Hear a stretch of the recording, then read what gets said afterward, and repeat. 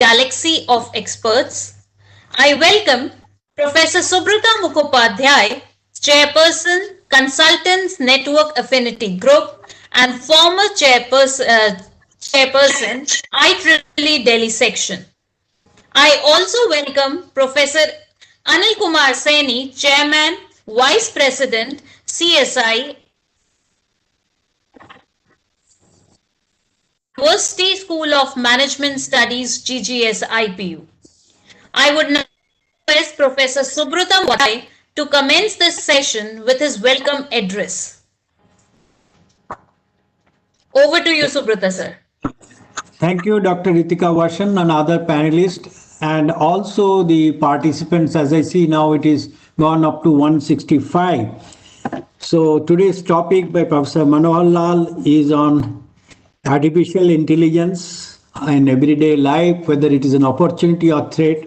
Ritika has already told it has got a pervasiveness to every sphere of life as we see it, whether we use electricity, communication, internet, mobile, everywhere it is coming. And she has already projected based on that one by 2029 where it will reach, and by 2045, that is road ahead what we expect. But in the modern technology, one of the reasons may be the pandemic also, we have rather cut short the path also, and we are reaching quite earlier. So I do not know how long it will exist so far as this situation is concerned. But on the one side, at least on these webinars also, we have gained a lot. Practically, this series is ending today, unless there is further, plan to enhance by few more, maybe a dull period, almost academic session. Semesters are ending, so probably January again. We started from January. It's a marathon series that we did, and a lot of things we covered, and mostly so many things on positive side. This is one time I am seeing opportunity or threat like a management subject, that SWOT analysis with the strength, weakness, opportunity, threat, we have to see it. I'm very sure that when it is enhancing its penetration in daily life so much, probably we have to manage with all the opportunities, keeping the by side the thread. Anyway, we'll hear Professor Manohar Lal much on this, and the participants will have a vibrant discussion on this one because they may have a lot of queries because of the two specific opposite works, that is opportunities and threat. Over to Ritika. Thank you, sir. I would Hoda, Director, Bharati Vidyapeeth Institute of Computer Applications and Management, BVI CAM, to address the participants with his inspiring words. Good evening to all of you. Dr. Ritika, am I audible? Yes, sir, you are audible. Oh, good. So I think the bandwidth is more in traveling than at a stationary position. I was afraid that because I'm traveling, whether bandwidth will support me or not. So good evening to all of you. Good evening. Let me take this opportunity to very first welcome the great philosopher, a person to whom I always admire, Professor Manohar Lalji. So kind of. You have read the material of Indira Gandhi National Open University. You might have come across to many of the study material in which the role of Professor Manohar Lal has been so critical in making a study material self-learning mode, and particularly for papers like AI, papers like theory of computation, to make things so simple that anyone and everyone who starts the first paragraph get a temptation to finish till the last, and then also he is with the temptation. That's the kind of personality, Professor Manohar Lalji, and this is the second webinar in this series with all of us. I take this opportunity to welcome all my friends from different professional societies, without the support of whom the program is not possible to be conducted. I have here my friend, the Dean University School of Management Studies, and the Vice President cum President-elect of Computer Society of India, Professor A.K. Saini, He is also the Vice President of Institute of Electronics and Telecommunication Network, IETE. I have Professor Subrata Mukhopadhyay, to whom you have already heard. I have Dr. Bhatia joining from IIT Bangalore, and Professor Subramaniam Krishnamurthy is also there. There are so many senior people from so many of professional societies amongst the audience. I take the opportunity to welcome you all. And moreover, the participants, despite what happens, but the participants are there, and the participants from all parts of the country who keep on waiting, keep on sending messages to me, because I was traveling since almost 2.5 weeks, close to 3 weeks. So not able to send my personal communication to many of the participants. They used to expect and they remind me, sir, today's program, I have received link, but your message is missing. That is a kind of the motivated participants who keep on waiting. So I take this opportunity to welcome you all. And in fact, the participants make these webinars so successful. The participant keeps us growing. Thank you so much for having confidence and joining webinar after webinar. Professor Subrata was rightly that this series will be ending next week, that is on 18th of December, and that 18th of December webinar, the last webinar of 2020, we have invited a very senior researcher from United States of America to talk on that how digital inclusion can help to underserved people and how this digital inclusion can be of useful to each one of us. So that will be 18th December. The registration is open. Those who have not registered, you can register. Even now, the registration is open. Will be the last webinar series of 2020. And nonetheless, we have already started the webinar series of 2021. The first webinar series of 2021, which has been organized on data science and its real life application in our day-to-day life, because you know, because of Industrial Revolution 4.0, data science is such a AI, machine learning and data science are such technologies will increasingly predominating or increasingly becoming pervasive in every walks of our life. So that first webinar of the next year 2021 will be on 9th of January, has just today today has been made live. So those who have not registered, you may join it. I wanted this AI in everyday life is a very dear topic to me also, but because I have already taken, I think, around 10 minutes and traveling to reach to my home, so will not speak now on this topic, and will take a benefit of what Professor Manohar will be enlightening us. But let me tell you, AI is such a subject that is going to change, is going to transform our day-to-day life in all possible dimensions, whichever you can see. And whatever we can visualize today about AI, possibly 5 years down the line, it will be much more than that.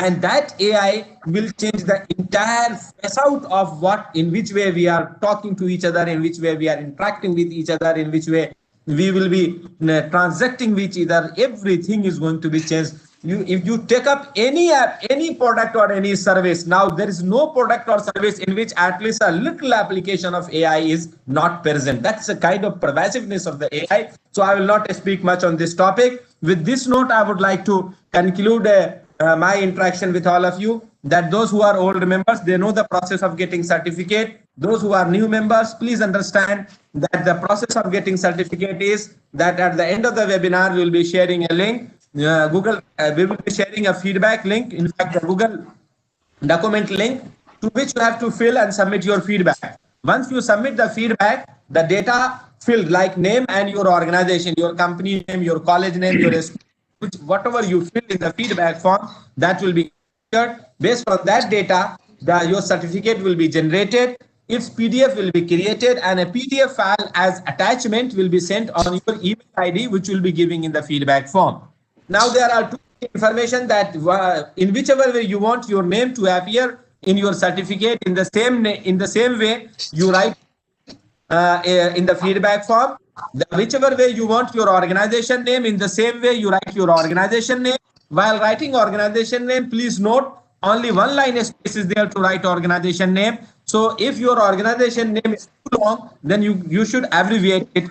And if you are not in a position to get the email attachment, we will be sharing a Google Drive link also, so you can check the certificate of Google Drive link. My dear participants, if you submit the feedback form today by 8:30, this entire system which has been configured in auto mode will be deactivated. And even if you keep on repeatedly requesting me, sorry, I won't be in a position to help you out because the system will get deactivated. We don't give certificate. You have to submit feedback and you create your own certificate for yourself through the process which I have explained. Thank you so much to all of you. We are eagerly waiting that Professor Manohar Lal should speak, and we should learn more from him.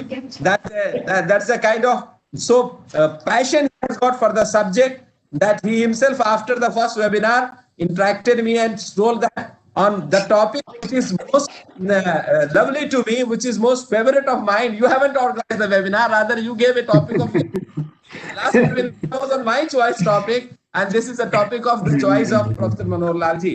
So thank you so much to all the participants. Wish you all the best. God bless you all. Dr. Ritika, over to you. Thank you, sir. I would now welcome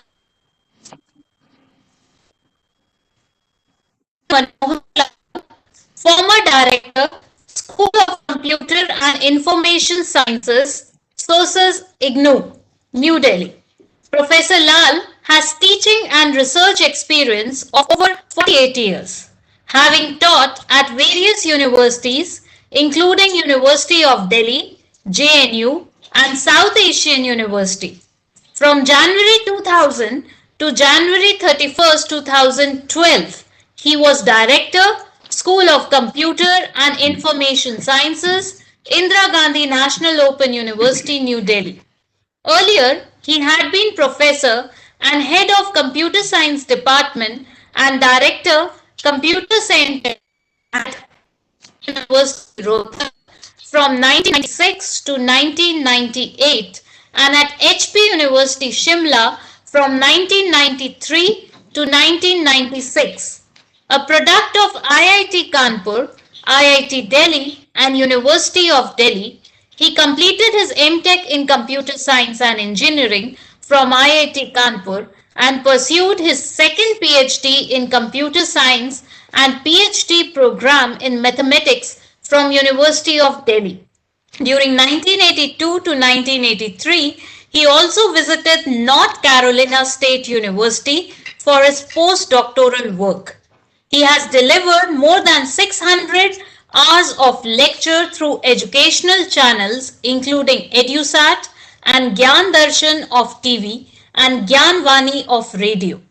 Professor Lal also has a long illustrious research experience. Earlier, he worked in the area of error correcting codes, a branch of data communication. Currently, he is working in the areas of theoretical computer science, formal methods in software engineering, and automation of reasoning. He is a member of a number of national and international academic and professional bodies and is also a reviewer for a number of national and international journals in mathematics, artificial intelligence, and e-learning. I welcome you today to this session, sir, and I now request you to kindly enlighten the House. Good evening, everybody. Thank you, Dr. Ritika Vasan, Professor Mukhopadhyay, Professor R.K. Vyas, Professor M. Hoda, and Professor R.K. Seni, and other dignitaries and panelists. I am honored in being remembered on this occasion, especially in view of the fact that a number of big institutions like IEEE, IST, IET, IITP are involved in it. Also, I am thankful to the faculty, officials, and members of these esteemed institutions. On this occasion, I am blessed by the presence of two of my teachers, Professor G.C. Ahuja and Professor Bhudev Sharma, sitting at whose feet I learned everything I know in higher education. I am grateful to both of them for blessing me on this occasion. I am also grateful to all the participant scholars who have kindly spared their valuable time for this webinar. Finally, before starting with the formal lecture, I say a few words about my style of presentation.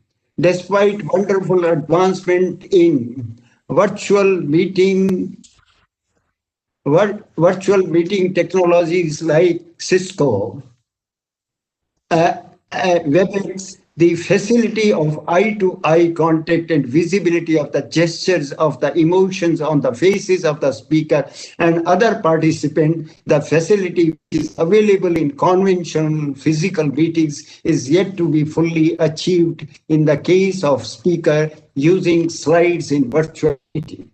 Therefore, I have incorporated most of my ideas in writing the slides, requiring little explanation. Friends, artificial intelligence technologies, and in general, any technologies do not exist in a vacuum or in isolation. These evolve in a highly dynamical socio-cultural technological complex. Each of these dimensions, along with many other dimensions, evolves in a very subtle, dynamic, interactive environment. Since the first great technology, probably use of tree branch to force out ants or sharpened stone to kill a bird, and afterwards agricultural technology, each has had socio-cultural aspects.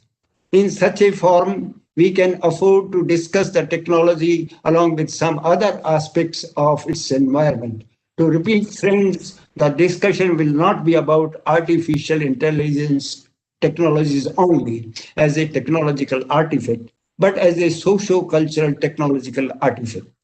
After introduction to theoretical, philosophical, and technological aspects of artificial intelligence, including some working definitions, we discuss in details the socio-cultural issues, including implications for humanity of technology in general and AI in particular. There are innumerable issues associated with artificial intelligence. Whatever we discuss here is just tip of the iceberg.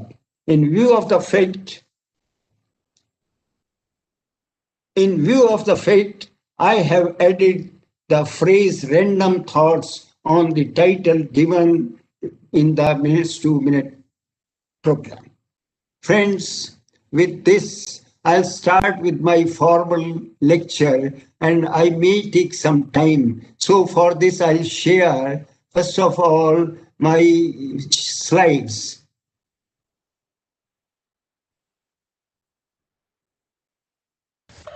Sir, we can see your slides. Thank you very much. So Yes, friends, sir. I may start with your permission.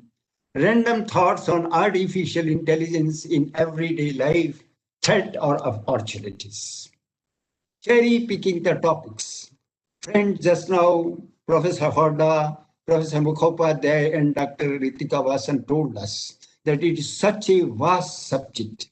So when Professor Horda asked me to deliver a lecture on this topic, so I start, though I have been teaching artificial intelligence for at least last 30 years, I started picking up, just scanning the material on the web. And you'll be surprised. There were at least 200 books published by leading publishers on artificial intelligence. And there are hundreds and hundreds of research papers on the topic, covering almost every aspect of human concern. Therefore, it was very difficult for me to choose the topics for this talk. And this is why I'm saying it cherry picking in the sense I've taken a few topics because it is impossible to discuss all the topics in detail. So this is the next is the list of the topics which we'll be discussing today. Friends, the talk may be divided in 5 major parts. First of all, gratitude, homage to the pioneers of AI. Number 2, philosophical, technological issues around artificial intelligence. Then the third part is AI-led fourth industrial revolution. Fourth is very serious, but we can't push it under the carpet. We have to face it. Massive job loss to machine, uncertain human future. Fifth, hope through universal compassion and love, which follows by conclusion and references. So friends, I start with the Dr. Ritika. Your image can, oh, thank you. First, we start with gratitude. Thanksgiving of thou who has given us so much, mercifully grant us one thing more, a grateful heart. This quotation I read long back in Reader's Digest, November 1990, and I liked it so much that I use it frequently. We express our gratitude to all those known and unknown who have contributed to AI, making it the most forceful, intellectual, and practical discipline by mentioning only some of the pioneers. Friends, you may be surprised. First computer scientist in the recorded history is an Indian, Panini. Panini, he's considered as a linguist and the first linguist of the modern type of linguistics. And that era of about 2,500 years, he wrote 3,959 rules of Sanskrit morphology, which are recognized to be the masterpieces of modern linguistics. His ideas have influenced the work of each of Ferdinand Saussure and Chomsky, two well-recognized pioneers of modern linguistics. Noam Chomsky, most renowned linguist of our time, calls Panini his spiritual father. The significance of Panini's work lies in the fact that it not only is the earliest work on linguistics, but also incorporates, please listen, it also incorporates a number of foundational concepts of the modern computer science, including those of meta-language and recursion, to be discussed in detail. He conceived, developed, refined, and used these concepts 2,500 years ago in his grammar. The computational power of his grammar is equivalent to that of Turing machine formulated by A.M. Turing. Friends, Turing is considered to be the father of modern artificial intelligence. The next person I'd like to discuss briefly is Aristotle. Almost everybody knows he's one of the most well-known philosophers of Greek Western philosophy. The main thing about him, about artificial intelligence, is the last two lines from the point of view of foundations of computer science and artificial intelligence. His contributions to logic contain the earliest formal study of reasoning, particularly deductive reasoning. Friends, I may tell, symbolic logic is one of the most important foundation of modern artificial intelligence. And till about, say, 2000, it was the dominant. Nowadays, neural networks are the dominant aspects of artificial intelligence, but earlier, symbolic logic-based artificial intelligence was the dominant one, and Aristotle is the father of that, in that sense, of symbolic logic. Friends, you can see the significance of these two people in the books published by Oxford University by A New Histories of Humanities Reigns part. He mentions Panini 177 times, Aristotle 165 times, and Plato 50 times in respect of their contribution to symbolic logic and other modern disciplines related to artificial intelligence. Friends, the other greats to whom we may pay our respects at the time are Gottfried Wilhelm Leibniz. He was contemporary of Newton, and he also contributed a lot to calculus, but he is more respected in artificial intelligence and computer science as compared to Newton, because his contribution, he is considered a great grandfather of artificial intelligence. Other great persons who contributed to what the AI today is: George Boole, Gottlieb Frege, McLauch, Alan Turing, of course, as I've told you, is the father of artificial intelligence. Then Marvin Minsky and John McCarthy. Please read the last two lines. Most of the significant contributions to AI since 1956 have been made by Minsky and Mark McCarthy. Their students, grand students, and great grand students. So we bow our head in respect to them. Friends, this is the cover page of the artificial intelligence course material of IGNOU, in which I played some role. And here, most of these authorities have been honored. Just rather, we are honored. The IGNOU is honored in respect, having them their faces on the cover page of our course on artificial intelligence. Friends, I missed one great man, as I just now mentioned, that God Leibniz has made very significant contributions to artificial intelligence, and he is called great grandfather of artificial intelligence. He was the first to propose that non-numeric ideas, please pay attention, can be calculated, computed in the same way as can be the numbers. He is referred to as great grandfather of artificial intelligence. Friends, these are some of the books, non-technical books relevant to human and artificial intelligence. Here it is Gödel, Escher, and Bach. Each one of them have been the most respected person ever in the field of logic, in the field of painting, and in the field of music. Their greatness can be seen through one of the examples which I am giving now. Friends, this painting is by Escher. You see the beauty of this one, that in this one, the water is falling and then it is going along this and this, then this, then this, and again falling. You can see it is counterintuitive. Water is falling, moving along a channel and then again falling. It is counterintuitive. There are many great such works by each one of them. Whether it is Gödel, whether it is Escher, or whether it is Bach, you can download their works from the internet. So just you can see this book also refers to this, particularly Gödel, Escher, Bach is a standard book, which is one also Pulitzer.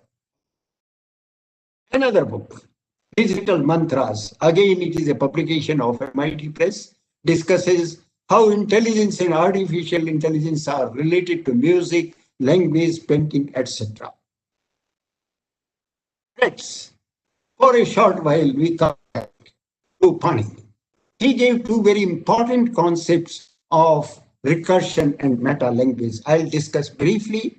These are tools and these are most important, indispensable tools of computer science and artificial intelligence. We can say you can't implement even a single program without using the concept of recursion, without using the concept of meta-language. And you see, these two concepts were given by Panini 2,500 years ago.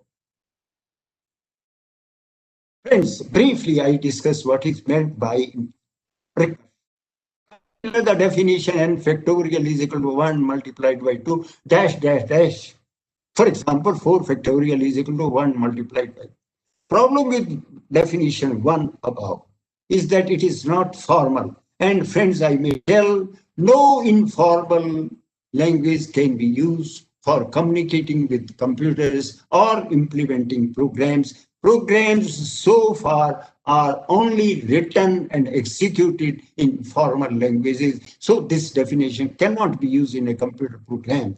And why it is informal is that you see, for example, n is equal to 7, it will become 1 multiplied by 2 multiplied up to 7, where the 3 dots stand for 4 multiplied by 5 multiplied by. But when n is 10, the same 3 dots stand for 4, 5, 6, 7, 8, 9, and therefore it cannot be used as a formal definition.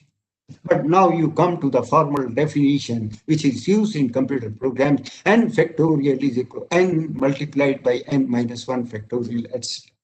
Now, this is a recursive definition. Why it is recursive? Recursive in the sense that n factorial is obtained in terms of its partial solution minus 1. And that is recursion says you complete a process in terms of its partial solutions. And therefore, and you can see there is no informality about it. It is a formal definition which can be executed on computer program, and it is used in computer program. But the beauty of this discussion is that Panini could think of this definition 2,500 years ago. Friends, these very complex structures can be obtained by using the concept of. Another definition is meta-language. Friends, you know, in computer science, first of all, programming languages has to be defined, and then the programs are written in terms of defined programming language. But friends, you should know that the language themselves require a language to express them. And again, it is Panini who gave the concept of meta-language using just 5 symbols. Using these 5 symbols, you can write or you can express any programming language. You can see the beauty of the concept of meta-language, again conceived by a scholar 2,500 years back. Similarly, friends, you can see another concept is that is of recursion is something like this. Meta language is this one, that how you define in a programming language the concept of number. Significance of the concept of meta language proposed by Pani can be judged from the fact that each and every programming language without expression has to be defined using a meta language. Most popular AI languages, Lisp and Prolog, have been defined using a meta language. And we know a computer system functions solely by reading and executing programs written, and hence the concept of meta language is very important. Fast forwarding 2,500 years to the present. Friends, this second part, which is a bit terse and bit abstract also, this deals philosophy, concepts of and working definitions of artificial intelligence, intelligence working definition, artificial intelligence, and related concepts. We come to the discussion. In the beginning, I must tell that philosophy is very important for the academics at least. And why it is important, I'll just discuss. We'll come to the discussion of what is artificial intelligence later in view of the fact it is a philosophical question. In general, questions like what is mathematics, what is science, what is an academic discipline is a philosophical question. What is a philosophical question? A philosophical question or philosophical problem is one which requires philosophical methods or philosophical tools for answering or solution. A philosophical tool is one which uses rational reasoning against a dogmatic reason, but for which sufficient data is not available. Otherwise, it is a scientific method. In scientific method, you need empirical data, and then the scientific methods are available. But however, there are many questions or problems for which there is no sufficient data available, cannot be available rather, and these have to be dealt with philosophy, which is also a rational approach for solving problems. A philosophical method or tool is like a scientific method or tool, in sense that both use rational or analytical reasoning. The difference lies in the use of the empirical data. For example, for questions like this, does God exist? And if it exists, what is its nature? Does soul exist? And if it exists, then what is its nature? Is the world deterministic or probabilistic? This was a problem discussed by Einstein and Manohar, which we can never have sufficient data. Where empirical data is not available, academics require philosophical approach, methods, and tools. Up to 17th or 18th century, mathematics, natural sciences were part of philosophy. Newton's best work, published in 1687, mainly concerning current-day physics, for which he has become almost immortal, was entitled Mathematical Principles of Natural Philosophy. Friends, probably you may be knowing that the discipline of computer science, a very practical discipline, arose out of philosophical or foundational questions in mathematics, going back to at least 2,500 years back, when Zeno raised philosophical questions of paradoxical nature, e.g., the paradox of motion, that is, logical motion is not possible. The problem was resolved in 17th century after almost 2,000 years. You can see the root of mathematics, root of computer science lies in the philosophy, and therefore we have to discuss it further. In the 19th century, mathematicians discovered a number of foundational problems in mathematics. For example, in Newton's and Leibniz's calculus, actually they used epsilon greater than zero, as small as possible, because epsilon by 2 is less than this. Apart from this, logic is and has always been an important component. And logic is the basis of artificial intelligence. Friends, in view of Roberts, artificial intelligence, artificial life, etc., number of new philosophical questions have arisen. For example, earlier we thought that intelligence is only human feature, but now the machines are carrying out all those tasks which are considered to be intelligent. Then the question arises, what is intelligence? Similarly, we have nowadays artificial life and all that. So again, the question is arising, what is life? What is machine ethics? Because nowadays, machines are involved everywhere. They are executing tasks, and sometimes they may be killing people also who will be responsible. Therefore, the question of machine ethics, which is a part of philosophy, has arisen. What can be known and what cannot be known, it is epistemological part of philosophy. What is identity of person when gradually one by one parts of the person are replaced? After how much replace one becomes a different person. It is a question of ontology, which is a branch of philosophy. In the previous lectures on robotics, I discussed the role of culture in an academic pursuit. This time I'm discussing the role of philosophy. This has been done intentionally to emphasize the facts that the nature and hence its potential knowledge, please note it, is infinite, continuous, and dynamic. And collective total human intellectual capabilities or assets are finite, discrete, and pointed. It's nothing in nature which is a point or line. It is human conception to facilitate understanding nature. It is the limitation of human mental capabilities which has created academic disciplines in the process, leaving aside discussion of knowledge across discipline. Why there are so many disciplines? Because the human mind can grasp only one aspect of the nature, and therefore we have created so many disciplines. Otherwise, there should not have been so many disciplines. This means that there are so many boundary areas where we are missing out. We are not still considering it. In this context, it may be recalled philosophical problems of fifth postulate of geometry remained unsolved for more than 2,000 years. And when it was finally solved in 19th century, it led to many geometries, including elliptic and hyperbolic. And you know that elliptic geometry formed the basis of Einstein's epoch-making relativity theory. Artificial intelligence, like other disciplines also.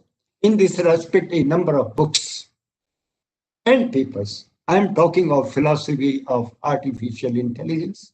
I'm mentioning some of the literature. The first is Computing Machinery and Intelligence, written by M. Turing, who is said to be the father of artificial intelligence. Other literature about John McCarthy, I told, one of the most significant persons after 1950. Similarly, other people have also made significant contributions. Other philosophers made significant contribution to artificial intelligence people. They pose the questions. These philosophers pose the questions to the artificial intelligence specialists that can the machine do this? And this was accepted as a challenge by artificial intelligence. And in the process, now, friends, artificial intelligence has two words. One is artificial and the other is intelligence. We will briefly consider both these concepts separately. What is artificial? An entity or phenomena which comes into existence through conscious and intentional human intervention is called artificial.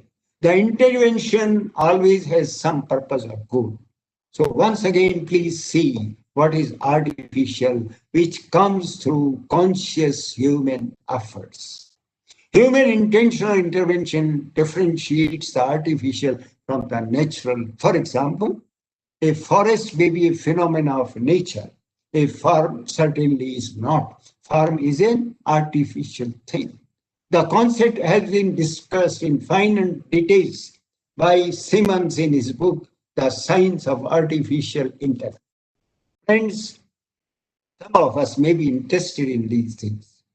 Herbert Alexander Simmons was a rare personality.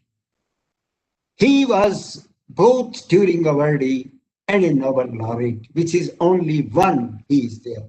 In this book, published by MIT, The Sciences of Artificial, the artificial has been discussed in quite detail. Those who are interested in knowing what is artificial in its own right, they may read this book. The following four criteria distinguish artificial from natural. Anyway, I have given the summary of this. These are the four criteria given by Herbert Simmons, the Nobel laureate and the Turing awardee. I may tell Turing Award is equivalent, is the Nobel Prize of computer science, because Nobel Prize is not there for. Then there is the reality of art. This is also a very good book for reading about the artificial. And this is published by Springer. Next, we come briefly to the concept of intelligence. The concept of intelligence is relatively much more difficult to define as compared to the concept of artificial. Professor Patrick Winston of MIT, who was one of the pioneers of artificial intelligence, says, please read it. Defining artificial intelligence usually takes a semester-long struggle, and even after that, I'm not sure we ever get a definition really nailed down. In view of the complexity of the concept of artificial intelligence from definition point of view, different experts from psychology, philosophy, cognitive science, etc., have approached the concept from different perspectives. Friends, different scholars look at intelligence from different angles. Some well-known definition. Now I come to definition of intelligence from AI perspective. I mentioned the book Gödel, Bach, and Eternal Golden. If you get time, please read it. It is Pulitzer awardee. It says it is an inherent property of intelligence that it can jump out of the task when it is performing and survey what it has done. Self-evaluation and self-criticism are part of intelligent behavior. And intelligence, this is also a very good book, The Eye, the Brain, and the Computer by Fisher and Verschheim. Both were great psychologists and computer science, artificial intelligence. Intelligence involves learning capabilities, goal-oriented behavior. Additional attributes of intelligence include reasoning, common sense, planning, perception, creativity, and memory, etc. The cognitive computer on language learning and artificial Shanks was also a psychologist, and he has made very significant contribution to artificial intelligence. He says the simplest and perhaps safest definition of intelligence is the ability to react to something new in a programmed way. The ability to be surprised or to think for itself. For example, when your program is not working, then you get surprised. And that is a part of intelligence. If you don't get surprised, even in a different situation, then you are not intelligent. Next, we come to the final discussion of the definition of intelligence, which is mainly based on the innovative idea introduced and discussed in Beyond Information by Tom Sturrier. According to Tom Sturrier, information is one of the four fundamentals of nature, along with energy, matter, evolution, as can be visualized from this one. And he says that the intelligence is an attribute of organized matter, whereas an organized matter must have information exchange between its elements. Of the slide, I tell that a system, by definition, is constituent of elements. And the system is a system because it tries to preserve its identity. Now, how it preserves its identity is through the information exchange between the various of its elements. So it is really new, drastically different idea in which information is thought of as one of the fundamental entities along with the energy, matter, and evolution, and a very highly readable book. Each of the entities, anyway, it is too difficult. I'll go to the next one. Stoneyar continues further that intelligence is a property of advanced information processing system, which not only engage information processing, but are able to analyze their dynamically changing environment and to respond to it in such a way that survivability of the system is enhanced, its reproducibility is enhanced. If the system is goal oriented, then achievability of the goal is enhanced. One of the measures of intelligence of a system of is this one, that at an extreme, for example, we are telling a cube of sugar is not intelligent, but the human systems are intelligent. We are giving an example of how the Stoneyar's definition captures the concept of intelligence. At one extreme is a cube of sugar dissolving in a cup of tea. Although highly organized, the cube is totally controlled by environmental elements, and hence, according to the above principle, it has zero intelligence. On the other extreme is technologically advanced human society, which can divert waters of rivers to irrigate plains to provide an assured supply of food to its population. Thus, intelligence measure of a technologically advanced society as a whole is, according to this principle, quite high. Friends, like intelligence, artificial intelligence is also viewed from various perspectives by different pioneers and experts. Out of dozens of definitions, we here consider only three. This is a very respected book, The Handbook of Artificial Intelligence by Barr and Feigenbaum. And in this artificial intelligence, the part of computer science concerned with designing intelligent computer systems, that is, systems that exhibit characteristics associated with intelligence, and we have already discussed the characteristics of intelligence. The second definition, friends, this book, Artificial Intelligence, a Modern Approach, is really considered for the last 10 years the best textbook on artificial intelligence.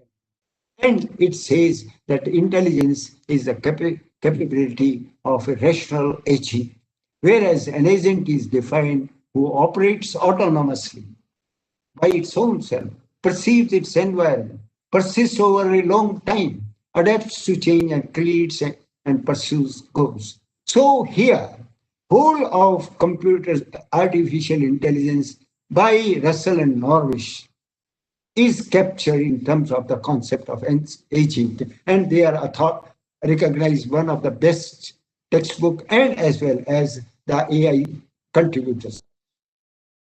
In the last reference, friends, this is one of the first books. Next definition is by Elaine Reach. According to this definition, AI is the ever-diminishing domain in view of the fast development. Artificial intelligence is the study of how to make computers do things at which at the moment people are better. And as I will say, the computers are becoming better and better than the human being. Therefore, the definition is sort of diminishing day by day.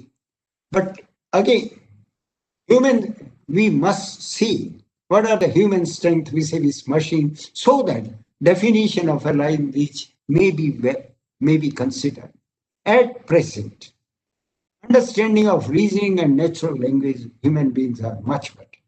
Unconscious knowledge, we are much better. Use of judgment, for example, and learning, creativity, abstraction, capability to work with imperfect knowledge. However, many of these parts are unconscious.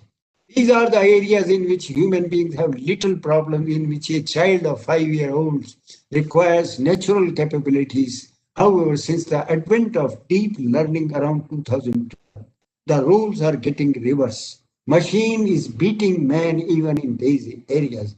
For example, you can actually listen to Obama face to face speaking Chinese fluently, of course, with the help of deep learning software, either in your earphone or his speaker.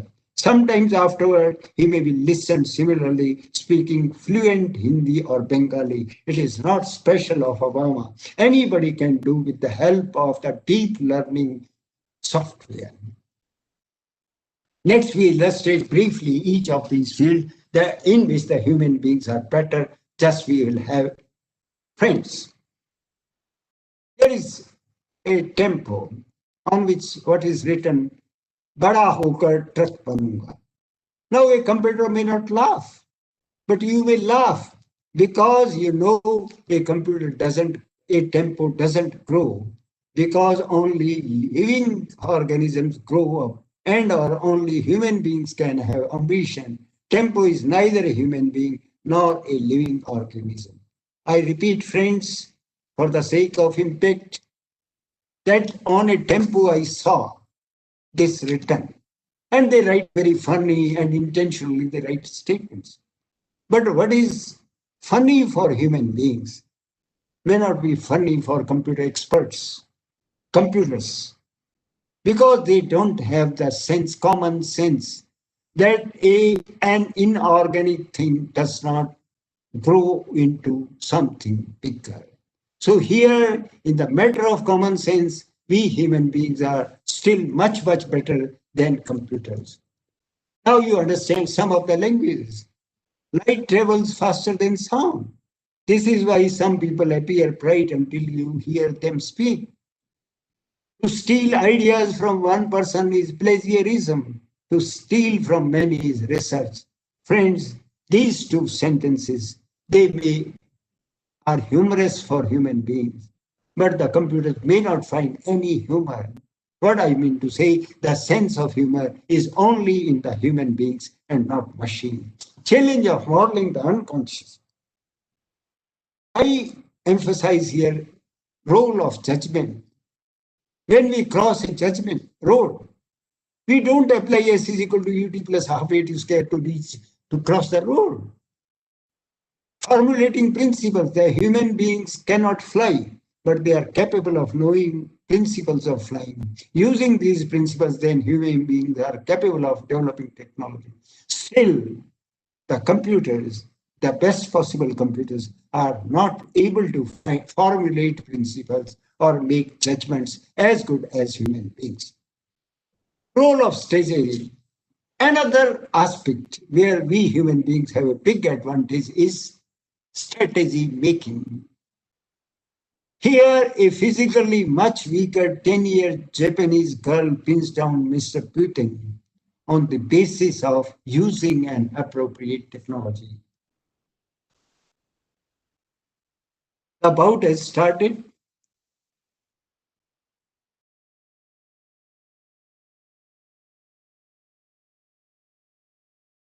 Friends, what strategy the girl used?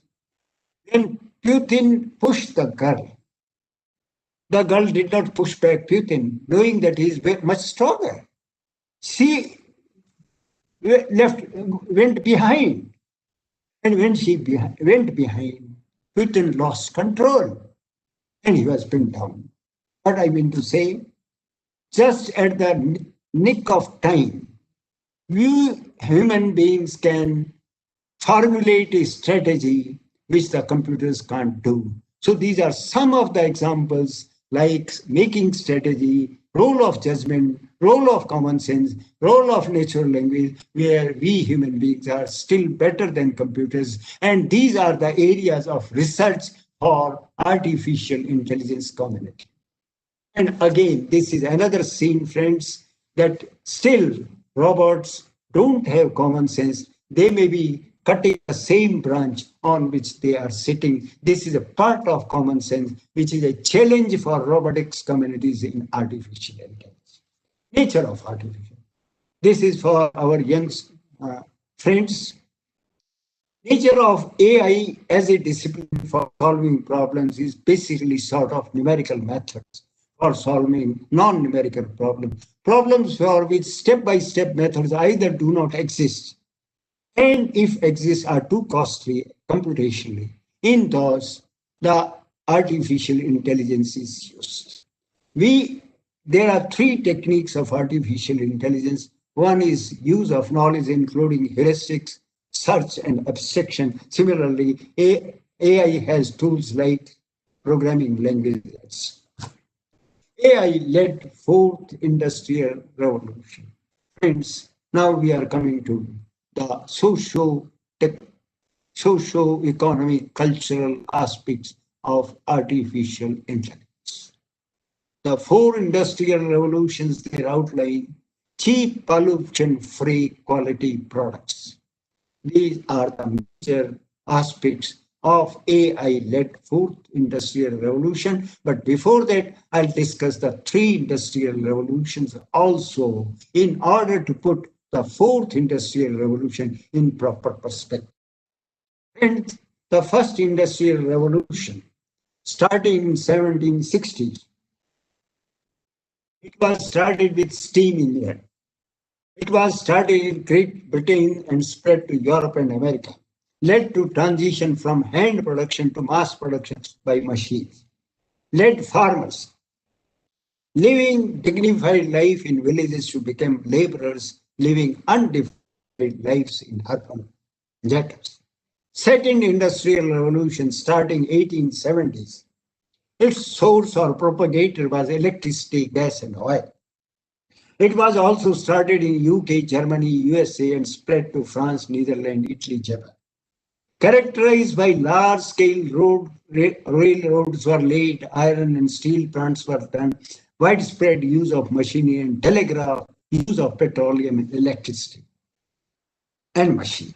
Though the living standards during the second industrial revolution and even first revolution improved significantly, but it caused unemployment and income disparity accentuated a lot during both these industrial revolutions. Friends, now we come to the third industrial revolution, which we have gone through, at least a person like me have gone through because it started around 1970. Its source was digitization or electromagnetic energy, digital communication, high quality sensors, high speed computers, started in US especially through industry, universities, collaboration, Silicon Valley, and spread across Europe, India, Japan, South Korea, Brazil. Friends, I will tell, India remained among top IT leaders from 1980 onwards till the end of the third industrial revolution around 2012. IT applications, including business, entertainment, education, etc., spread across global quickly, creating new job opportunities, of course, vanishing old type of jobs, particularly blue-collar jobs. Income disparities increased manifold. I am continuing with the third industrial revolution.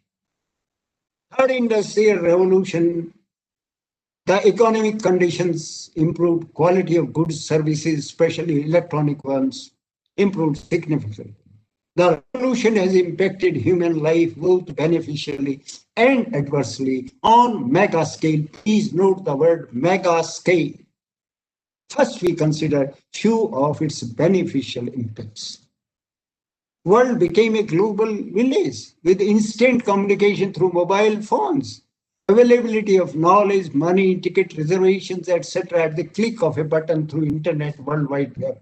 Medical expertise in respect of diagnosis, treatment, and even telemedicine, telesurgery, reducing thereby the requirement of experts' availability at every place to the bare minimum and increasing life expectancy and quality of life.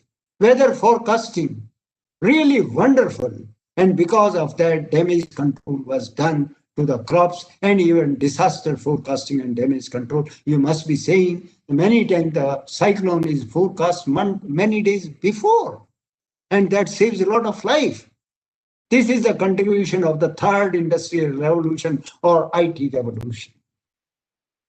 World instant, oh, sorry, this I think may be repeated. Availability of knowledge at the click of a button through internet, etc., are examples of universal philanthropy. You know, Wikipedia is made by Larry Sanger's and Jimmy Wales for the sake of whole humanity without any human. Tim Berners-Lee insisted that World Wide Web must be without cost, it must be uniformly available to each and everybody, whether poor or rich. This is the contribution of IT revolution to academics. Development of e-learning tools, techniques, and appropriate pedagogies. These are contributions of the third industrial revolution or IT revolution to the academics. Progression of domain. Initially, computers were used mainly for studying on Earth. Later, biological and life sciences were improved. And now computers are used for modeling other things like social sciences. In respect of applications of social sciences to social sciences, artificial intelligence, these are some of the important contributions. Similarly, mathematical models were used in handling imperfect knowledge, are also part of the IT revolution. Now, almost all phenomena, social phenomena, political phenomena, cultural phenomena, also can be captured through computer programs. Some of the articles and research papers in respect of applications of AI to an academic may be found through Google search. Following are some of the journals in which high quality articles about application of artificial intelligence to various cultural, social, economic aspects can be found in the following journals: Harvard Business Review, Economist, National Geographic, etc. etc. Time and friends, I come to some more applications of IT revolution. These people are, in the normal sense, we call differently challenged. Their life has become meaningful with the help of the IT revolution. Appropriate tools and techniques have been developed for these people. Now, you see this picture. Here, the whole body of this person below the neck is paralyzed. And the computer is operated with the eyes. Now you can see the life of how much meaningful this IT revolution had made life of the so-called disabled people. This is great contribution of IT revolution. And everybody knows Stephen Hawking was able to produce bestsellers like Time only because of the technology which provided. Otherwise, he became paralyzed 40 years earlier when he was not able to move any limb of his body. So friends, these are some of the contributions of IT revolution. It has done a lot of loss also. Privacy loss. Truth has become biggest casualty of the revolution. Fake news, it has become almost impossible to know the truth. Mega-scale electronic frauds, widening economic disparities by 2017, according to a report of America. The top 1% of Americans possess almost twice as much wealth as the bottom 90%. This is a report. Monopolization. A few US companies like Amazon, Microsoft, Google, Walmart, Chinese companies, Alibaba, Tencent are gradually capturing larger share in business globally. Friends, electronic, terrorists and bounces, tweet armies, unethical marketing. Steve Jobs, in his recorded interview, has said that he did not allow any of his 3 children use iPod more than 3 hours a week, and that also under his supervision. But he so unabashedly marketed the same to be used by children of others. This is unethical. The point of worry in these cases is that these activities are carried at massive scale, but with much less physical effort and so much as to reach everybody in the world. Deep fake, please. This is the news of October last. New sexual harassment means deep fake service generates nudes from regular photos. The point of worry in these cases is that these activities are carried at massive level, with little physical effort, and so as to reach almost every person in every corner of the world. Please look at this. Why this is happening? Because on the internet, everybody thinks that I am not recognizable. Nobody knows I'm doing this mischief. And that is one of the reasons, incognito. And this is why people are taking. Anonymity provided by the internet has increased manifold irresponsible behavior because of safety cover provided by the internet. Now, this is also a very important thing. Researchers in social science and psychology have found that the impact of technology on our social, mental, physical, environmental health can be devastating if we don't keep ourselves in check. This is the conclusion of $1.5 million project, which it was found apart from isolation, it has been found by the research that it lack of social skills, obesity, depression, poor sleep, etc., etc. Please read it. And because of these changes, these three eminent personalities have raised their voice since at least 2010. They are informing and crusading against potential dangers of the consequence of artificial. All the human roles being usurped by machine. Young people, after having trained for 20 years, are jobless, as machine can perform better. Making man subservient, it is possible to have. Now they raise the question, can we have a non-AI treaty on the lines of non-proliferation treaty for nuclear weapons? You can see all three became name and fame because of IT. And now they are saying that the humanity is at danger until unless this march of IT is checked. Now, friends, I come to the fourth industrial revolution. The sources of this technology are has become at least 10,000 faster since year 2000. Japanese supercomputer Fukaku can execute 10 raised to power 18 floating point operations. Internet communication speed has gone into terabytes, where in India it is only in megabytes. High quality sensors, deep learning algorithms, availability of big massive data sets in terms of research funding products, etc.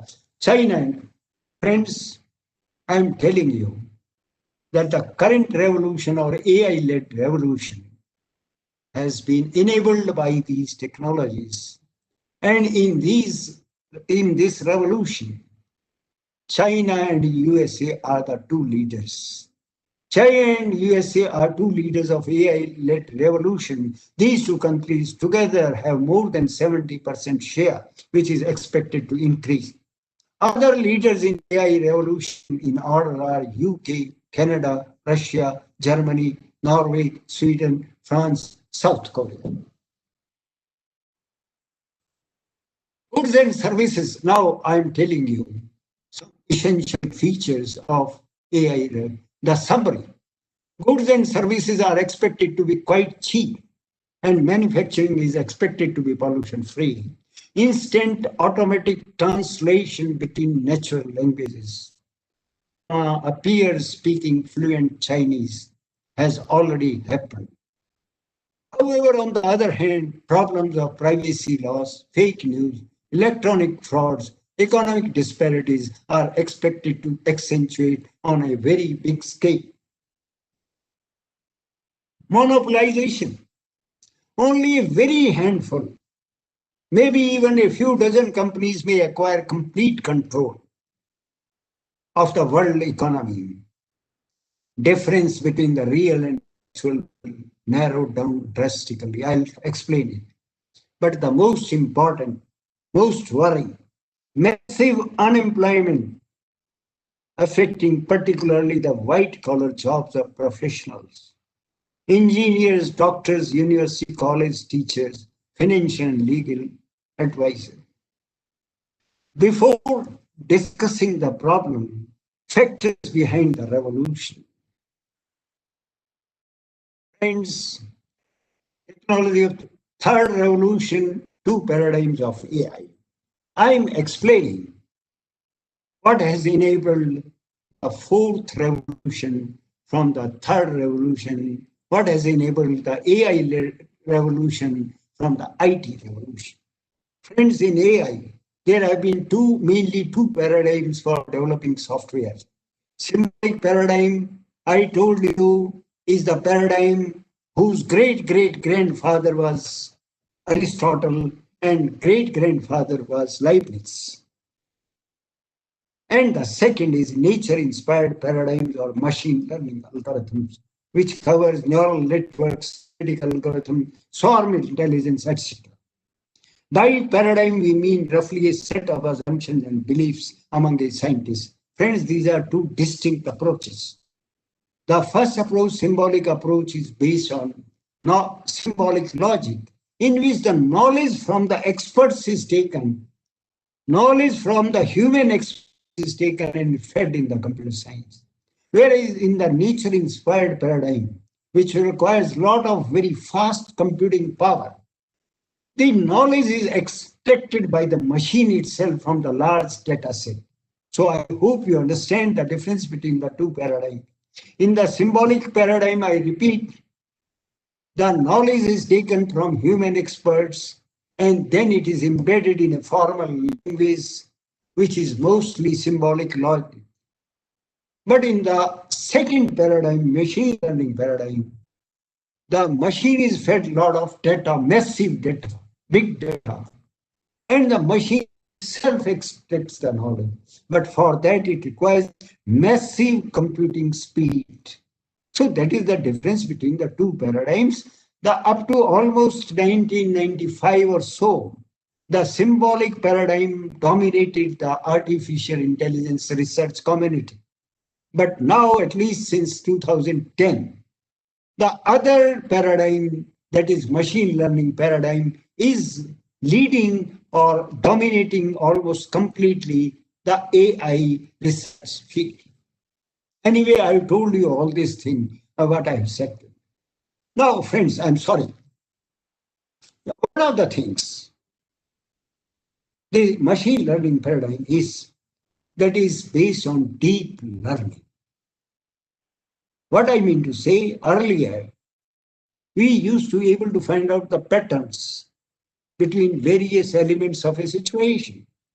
But deep learning algorithms find some of the relations between elements of a situation, which are not at all visible to the human mind, which are not at all visualizable by the human mind. That is deep learning. And now the machine learning algorithms are using deep learning algorithms, which can find patterns which the human mind may not. I explain what is meant by deep learning.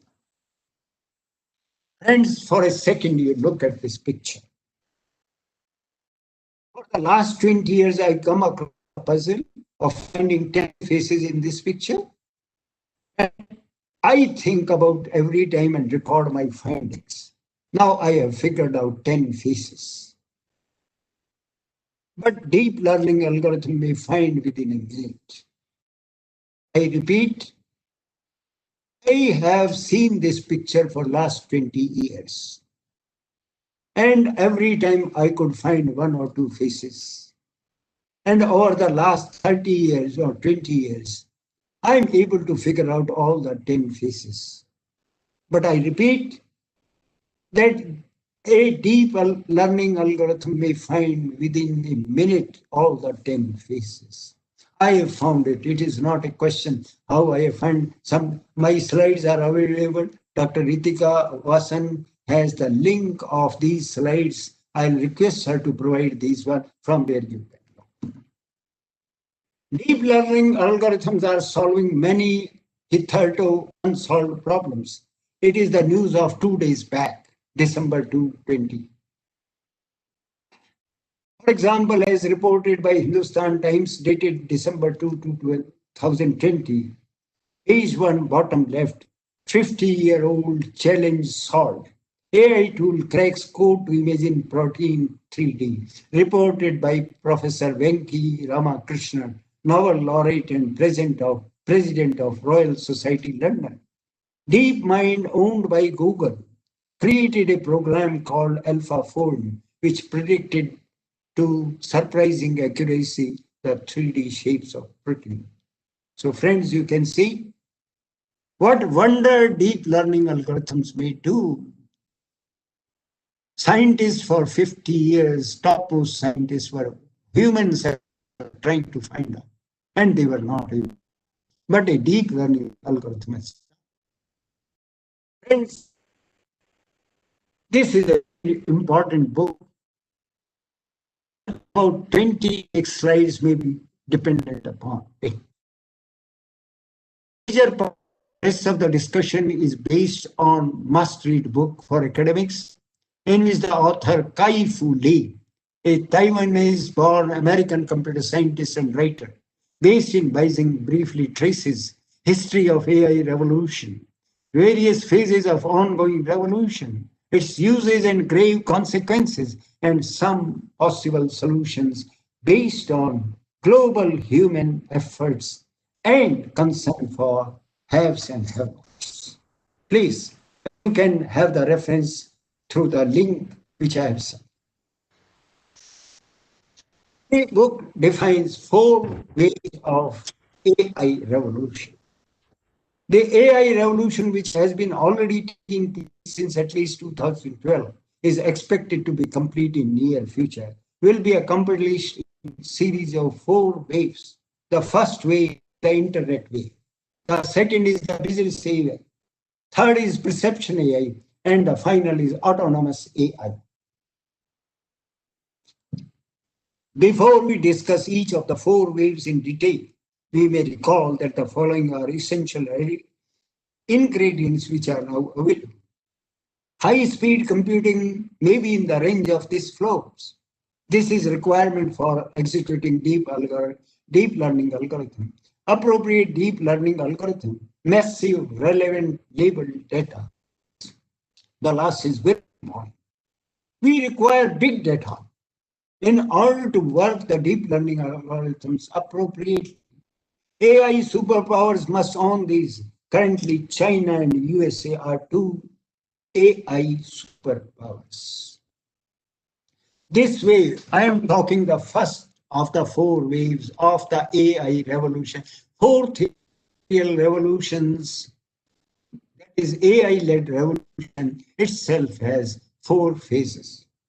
The first phase is Internet AI. This wave started sometimes around 2003, became mainstream around 2012. Internet AI is largely about using AI algorithms as recommendation engines. Many data for this type of AI is amassed through our online clicks while searching the internet for various purposes, including that for making online purchase. Labeling is created through our click for the purpose, say for purchase or not purchase, which other related items we will purchase, how long we stay on a site, which sites we visit next. By recommending products, Google's, Baidu's, Alibaba's, and YouTube's are reaping huge profits. Internet AI has given birth to different types of businesses. For example, Cambridge Analytica used Facebook data to better understand and target American voters during the 2016 presidential election. China's Taotiao, meaning today's headline, on the basis of noting internet habits of the people, has started writing stories, etc., and even fake news. Now I come to the second, perception AI. Perception AI wave, which is already in the process of being realized, is being developed around diverse array of sensor-enabled hardware devices. Refrigerator, our corner of our house, our car, traffic light, banks, superstore, etc. all have sensors for recording every sort of data around us. And these sensors are not merely visual sensors, but even audio sensors, tactile sensors, recording data for all sorts of senses, our face, our voice, our gestures, our behavior, which would be all recorded every instant, become basis of our identity. In this way, we need not log into our computer or smartphone or need not call through mobile phones to neighboring store, say to send 2 liters of milk. We need to speak in the air, Jan store, Miyawali, please send 2 liters of milk. Even further, Jan store keeper Robert knows from the sensors in our refrigerator that you need 2 liters of milk, and the robot calls us about whether to send 2 liters of milk. Again, for payment, you don't need current forms of password. It will be done automatically through your face. I am giving a scenario of the perception AI. When I visit a neighboring, the third perception. When I visit a neighboring store on December 3, smart card. Once it sees me, it says, "Good morning, Professor Lal. You are expected today to be in Rohtak to attend marriage of your nephew's son." I'm explaining this comment. The card knows it from the telephonic talk and WhatsApp messages between me and my nephew. Then I say, "No, I could not go." Then the smart card says, "Oh, because of farmers' dharna for MSP, etc. at Tikri border." The smart card knows from the news on the channels. And then it further says, "And Tikri falls on the way to Rohtak from your residence." It knows from the Google Maps. Again, I think you need 2 liters milk, and for your wife, whole wheat bread and butter, informed by my refrigerator. Your granddaughter's birthday falls day after. Which cake you would like to be sent for her? By the way, Professor Lal, you have a talk on AI organized by Professor Hodda of BVP TSI. I like to listen to it. The smart card knows from my communication between me and Professor Hodda. The conversation is not a fiction, but a reality of very near future. Now I come to friend the last phase, autonomous AI. For the purpose of explanation, first of all, we briefly consider difference between the concepts of automatic and autonomous. These are two different concepts. The automobile factory robots visible in the pictures are automated. They do not task, they do the task assigned to them repeatedly on their own without human, but they do not decide what task to perform. Autonomous robots decide also what task to perform.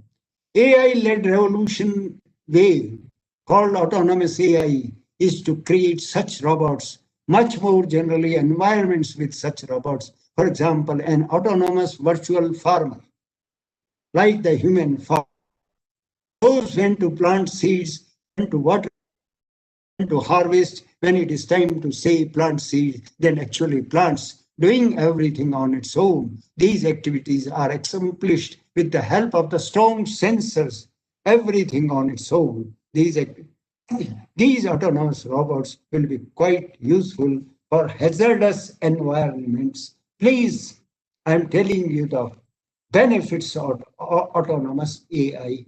For the hazardous environments, autonomous robots will be wonderful, and they are actually doing wonderful work earlier. And a glimpse, picking strawberry sounds like straight talk, but the ability to find just pluck fruits from plants proved impossible to automate before. Instead, tens of thousands of low-paid workers had to work hunched over through the strawberry fields. It is a very difficult task. But now, a California-based startup, Tropic, has created a robot that can handle the task, find, judge, and pluck fruits, throw away the rotten ones. These are on the right-hand side. Some consequences of AI waves. There are 4 waves which I have described, and now I am discussing them. And we have discussed some of the advantages also. As mentioned earlier, these autonomous robots will be quite useful for us and in many ways. But discussed earlier under IT, adversely affecting society, we know there are many unintended consequences and negative consequences of a new technology. further subtler and more ubiquitous a technology, more the possibility of unintended and intended harmful consequences. On the surface, security and privacy are becoming more complex issues in the fourth industrial revolution. Intended harmful consequences like bank and identity fraud and personal harm, etc., also become difficult to control. But friends, those various effects, almost complete displacement of man by machine in respect of all types of job, from white collar to the blue collar. To summarize AI-led revolution, we recall our earlier slides. I've already said, you just look at it.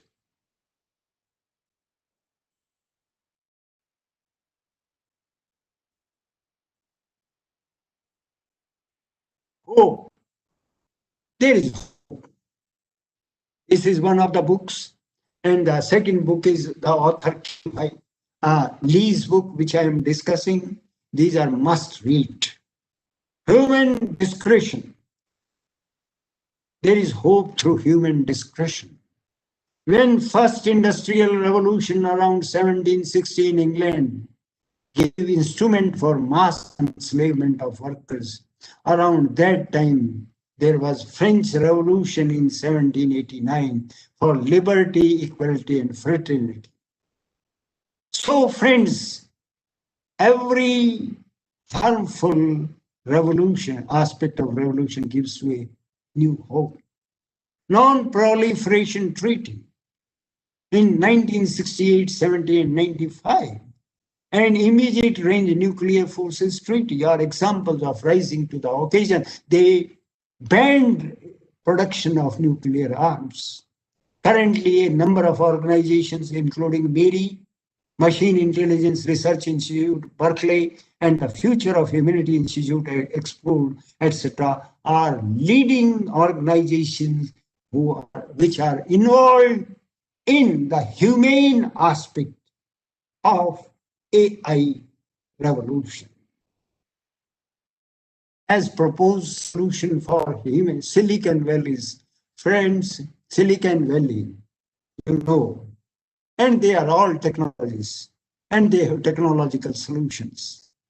They, in apprehension of the type of upheaval in society, like those of Lenin's in Russia and Mao's in China, Silicon Valley solutions fall into three categories. Retraining the workers for new type of jobs, socially. Whenever a job is taken over by the robot, there may be some new job, different jobs which are not yet taken. And all the workforce should be trained in that. This is one of the proposed solutions. The second is reducing work hours. That is, people should only 4 hours a week or 4 hours a day or so, and that is unemployed alarms from the bill. However, K.F. Lee calls these solutions the technical fixes as Silicon Valley entrepreneurs are habitual of. Let us look at what he says and what he proposes. This is exactly copy of K.F. Lee's. He was suffering from cancer. He was almost on the deathbed. And then he experienced, he was a very big researcher in AI, and he was completely lost in that. He did not care much about family and all that. But after cancer, I awakened to looming AI crisis of jobs and meaning. I began to see things differently. Yes, intelligent machine will increase, but there remains one thing. Intelligent machines can do all activities which are mental activities, which the human beings do with mind. But there remains one thing that only human beings are able to create and share with one another, and that is love. Love is not felt by machine. Love cannot be created by the machine. With all the advances in machine learning, the truth remains that we are still nowhere near creating AI machines that feel any emotions at all. A machine cannot grow emotionally. It is in this uniquely human potential for growth, compassion, and love where I see hope. I firmly believe that we must forge a new synergy between artificial intelligence and the human heart. and look for ways to use the forthcoming material abundance generated by artificial intelligence to foster love and compassion. If we can do these things, I believe there is a path forward. Again, he explains in detail to create massive human force for supporting the emotional and physical requirement of the child, of the differently enabled district. He emphasizes that if humanity is to survive the onslaught of AI domination, there is only one way, and it is to develop at global level in what it is best.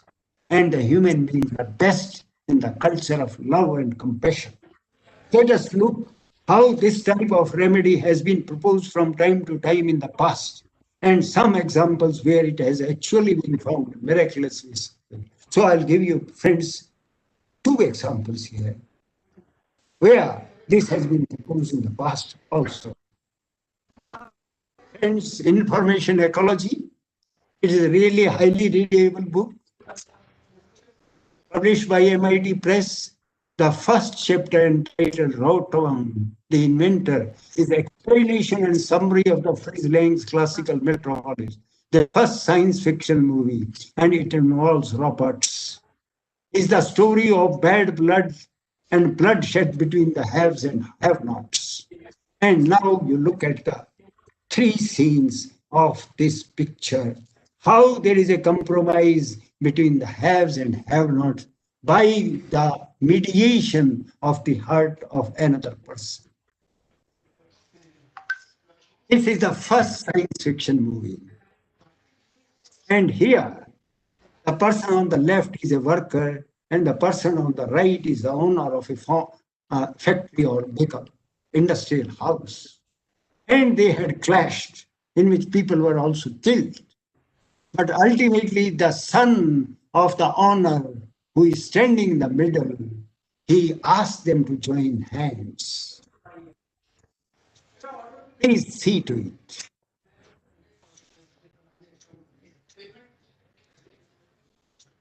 The son, and look at the face of the son. I am finishing within 5 minutes. Friends, this was the glimpse of a film based on the vision of a great artist and futurist, Fritz Lang. Of course, this happens in real life only sometime and somewhere. I am telling you next a real life story which has transformed of almost a beggar to make one of the successful technologists in America. Please read it.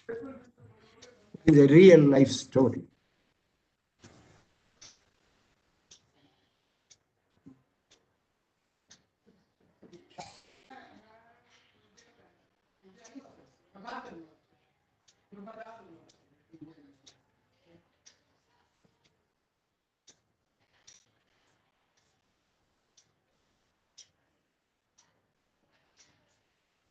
So, friends, with just I'll finish within 2 minutes. That with this, we can change the life. Human lives, conclusion, I'm concluding the lecture. Human beings have two distinct characteristics apart from animals, the mental and the spiritual. A proper amalgamation of the two has always been the savior of the human race.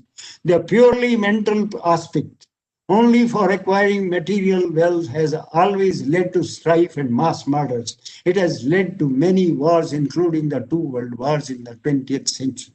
On the other hand, the pursuit of purely spiritual aspect alone is not viable. Human powers has led to solutions of many of the human problems, like those of famine, hunger, etc., led to solution like greed. So, purely spiritual aspect will also not do. Each industrial revolution improved material wealth, but each also led in its to economic and social disparities. However, the human spirituality came every time, as I mentioned, that the French Revolution came after the much industrial revolution. Second industrial revolution had two great world wars. It was the industrial revolution which led to the two great wars. And Dr. Ritika Vasan, I'll just finish. But political vision Sure, is, sir, no issues. sorry, madam. Sir, Hello. no issues. Oh, okay, okay. Then I'll take a little bit time. Thank you very much. Second industrial revolution had two world wars. Because of the industrial revolution, the wars were there. But political visionaries like President Roosevelt, along with like-minded leaders, thought of UN and other institutions so that there be no wars in future, even requiring equitable distribution of wealth. In India, we had humanists like Raja Ram Mohan Roy and Rabindranath Tagore, and spiritual leaders like Aurobindo Ghosh and Mother Teresa. Friends, I'm telling you, neither spirituality nor the mental power can solve human problems. But it was the master craftsman like Mahatma Gandhi who created a vital instrument of transformation by melding the Indian spiritual heritage with the Western political philosophy of liberty, equality, and fraternity. And his disciples carried his legacy almost up to the beginning of the third or IT revolution. We need a Mahatma Gandhi or his approach of melding practically the material progress brought by AI-led revolution with mega-scale global culture of compassion, love, and sacrifice for the whole humanity without discrimination of caste, creed, religion, or race. This culture, to be effective and to be global, requires again AI tools. Even this melding, even this humane, compassion, love based culture requires AI tools. What is our role, friends? Now I come to our role. Our role in this to be attempted transformation for us, we the academicians. The academic institutions are conscience keepers of a society. Academicians are paid just to think of such issues which affect the society. At this juncture, it is our duty to propagate the philosophy and need for love, compassion, and sacrifice for all, especially the have-nots. They are, please note, they are not have-nots because they are less intelligent, or they are less hardworking, or they are less enterprising. No, it is not so. It is the circumstances they were born and brought up. In this connection, we may consider the fact out of every 10 startups, all started by very brilliant, enthusiastic, enterprising young persons, only one succeeds, nine fail. You can't say they are lethargic, they are not intelligent, they are not enterprising. So, friends, have nots are not because they are not intelligent. Friends, in this age of WhatsApp and Twitter, please read it very, I'll read it twice. Friends, in this age of WhatsApp and Twitter, propagating and realizing effectively the task of universal compassion, love, and sacrifice is quite difficult, but not impossible. I read it again. Friends, in this age of WhatsApp and Twitter, propagating and realizing effectively the task of universal compassion, love, and sacrifice is quite difficult, but not impossible. Guiding humanity. So, friends, these are some of the references.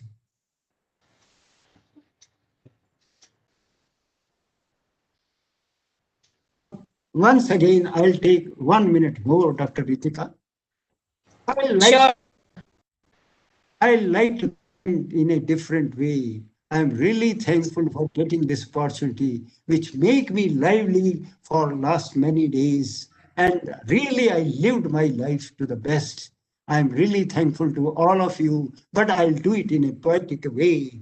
And that is this one. Friends, for me, delivering a talk like this is to aspire for sculpting like this one. These are one of the best sculpts which were made about 1,000 years back. And these sculptures motivate me to refine my own art of delivering a talk. Friends, this is by Emma Hussain. I aspire in my own lectures the type of this painting, which is world famous by Emma Hussain, You have given me the opportunity of aspiring like this one. You have given me the opportunity to design such parks as Neki Chamjani. You have inspired me to music by the greats. You have given me the opportunity to aspire to deliver a lecture as the standard of dancing of these people. Friends, thank you. Any question? Thank you very much once again. Thank you, sir. Okay. It was a wonderful as well as informative session, which I am sure would have enlightened the participants about the power of AI. There are some questions by the participants. Take up with your permission, sir. Please. So, the first question we have: will AI be a big threat in the future or will it be biased? Last word I could not understand. Will it be biased? Yes, sir, biased. BIASCD. Is it okay?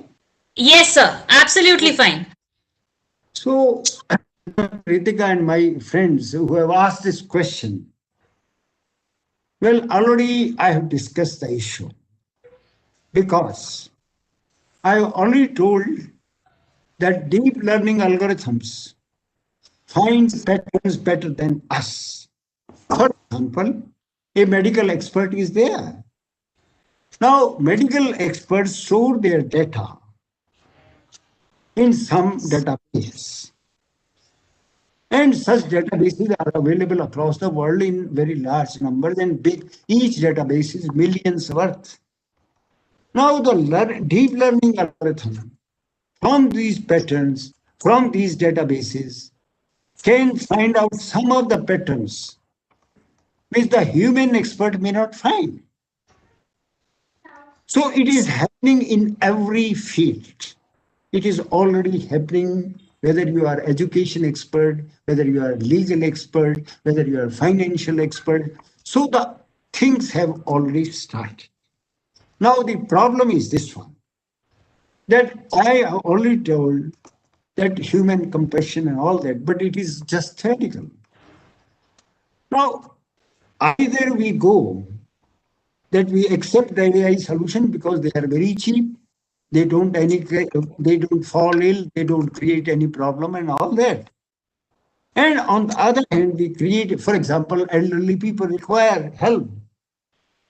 In this book of he has written that his friend created a software by clicking. The elderly could have any service. But they rang a hospital not to take treatment, but to talk to the person over there. They wanted some human being to talk to them. So, across the world, people are isolated and they are feeling lonely. So, a massive workforce can be deployed, should be trained and deployed. That is how the human being. Secondly, I told you that as the three experts, which I have, Microsoft and all those, they suggest that we put like non-proliferation treaty. There may be some sort of check that this type of jobs or this type of jobs should not be handled by artificial. So now it is all depending upon our culture. Do we want cheaper solutions or do we want to save our human beings? It may be very tough to listen to. A young boy of 25 years have trained in a particular trade, and after having trained for such a long period, it is found that his or her job is not useless because the computer can do. So somewhere we have to make sacrifice. Need not the best solution be adopted. And secondly, we should create human force to help the people, social workers, and other. For example, an expert may take the teaching job of telling the software. But on the other hand, in every class, etc., there may be helpers to help the students, etc. So we have to find out something. But it is a fact of life. AI is going to take. We are not biased. We have to face the reality. We cannot push it under. I hope I have partially answered.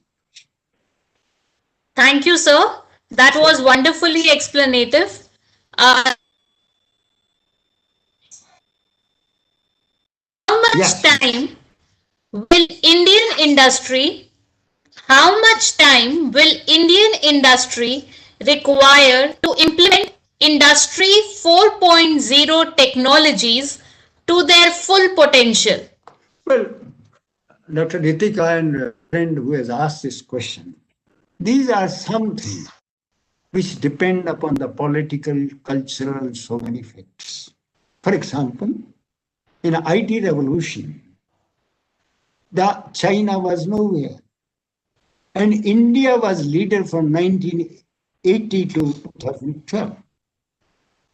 And now China is almost going ahead of USA also. What I mean to say, predicting at this time for any country, even for China, we can't predict. Tomorrow the political or cultural environment changes over there. So here, no surety can be done for a particular country. But I can say about the global things.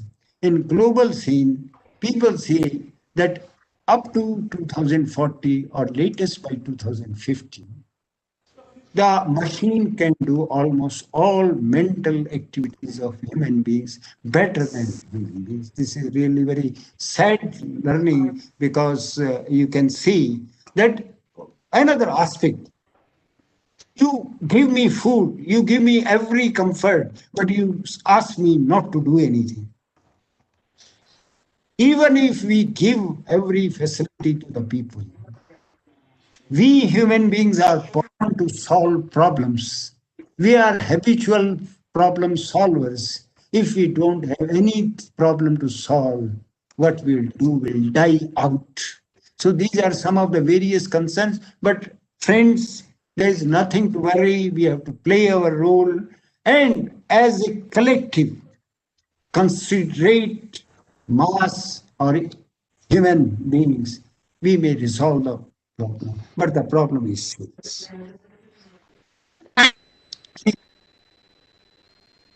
Thank you.